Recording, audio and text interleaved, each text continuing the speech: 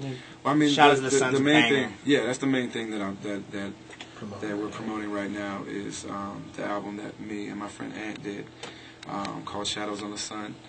And we also have a 12-inch from that album available. We'll have some more things coming early in the year, but right now we just really want to concentrate on that. Nice, and I really like the Cats Fans Bag song too on the Seven's Travels. That's dope too. I read that you study Muslim. How's that? How did you get into that whole I don't thing? study Muslim. I study Islam. I am a Muslim. Oh, okay. My bad. Yeah, I've been a Muslim for 10 years, and I guess I'm not exactly sure what specifically do you mean? Just, I mean, a lot of people are religious, not religious, believe in spirituality, stuff like that. And I would think that, being a Muslim would be taking it to the next level for sure, spirituality-wise, Yeah, I've just basically always been a spiritual person, and I was originally, when I was a teenager, I was going to study all religions and try to take what I could from them. And I thought that I would, kind of like make my own quilt or collage out of what I found that I liked. And then the more that I studied about Islam and the more that I was around Muslims, I just realized that particular way of relating to God and life and human beings and family and everything else just already was, the best way to define the way that I already felt and help me build upon that. Nice. Yeah. Speaking of family, I know you're like a big family guy. I've read about it, I've seen it, heard it in your artwork and stuff. How hard is it to have this rap thing getting ready to crack off and then know you're leaving your family behind and stuff? I mean, everything in life, anything in life has a price. Everything comes at a price. There's positives and negatives to it. I mean, obviously it's hard to be away from, especially my son, but at the same time, it's hard to be broke, and it sucks working a job. And, a human being can never really be completely happy and content and free, doing something that they straight up don't want to do. And part of being a Muslim, since you brought that up, I believe that people are made for certain things, and I've done a lot of garbage jobs in my lifetime, and I believe that this is what I was made to do.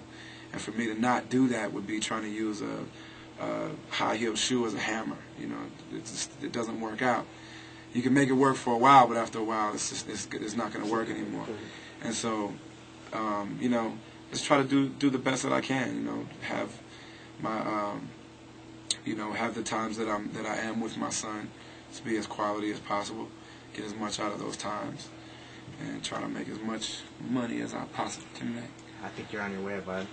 I got a quote here from, and I don't know if this is exactly a quote from you. I found it on an interview. It's a quote from you. It says, "We had to create our own hip-hop scene in Minneapolis, and it consisted of a lot of indie rock and punk kids." Well, I don't know if you guys know it, but 7 Seconds is from Reno. Kevin Seconds is from here, and that band started in Reno. And the punk hardcore scene is humongous considering, what's starting to go on with hip-hop. And I'm just wondering if you could give me your opinion on if you think that the punk and indie rock kids have kind of just silently laid a groundwork for this independent hip-hop thing that we got going now. Those two movements have been, very closely related since the beginning. Even in New York, when hip-hop got started, with the early breaking and graffiti, and then on to the extended break DJing and MCing and all that stuff, they've always been very closely related because the ethic is so much the same of people who don't have the traditional means to do things, that create their own way, create their own little makeshift way of doing things. And that way of working around what you don't have seems to create like this beautiful thing. Rappers can't sing, and neither can most punk cats, but we make music, you know what I mean? Right. We can't play instruments, but, we make music, and we've made music and expressed ourselves in such a way that, we actually are, at least hip-hop-wise, are controlling music right now worldwide. Absolutely. And so, it's one and the same. And so as long as the artists and the people involved don't have this funny feeling, like honestly I used to, when I used to perform for my man Slug's audience, I used to feel funny about it because when I was 10 years old and would go to hip-hop shows, it wasn't like that, except for Public Enemy and Beastie Boys. But I mean, when I went and saw Boogie Down Productions or Big Daddy Kane or my personal favorites, it wasn't like that. But after I started realizing that really, everybody feels the same way, everybody thinks the same way. We have different ways of wearing our pants. That's about it. Nice.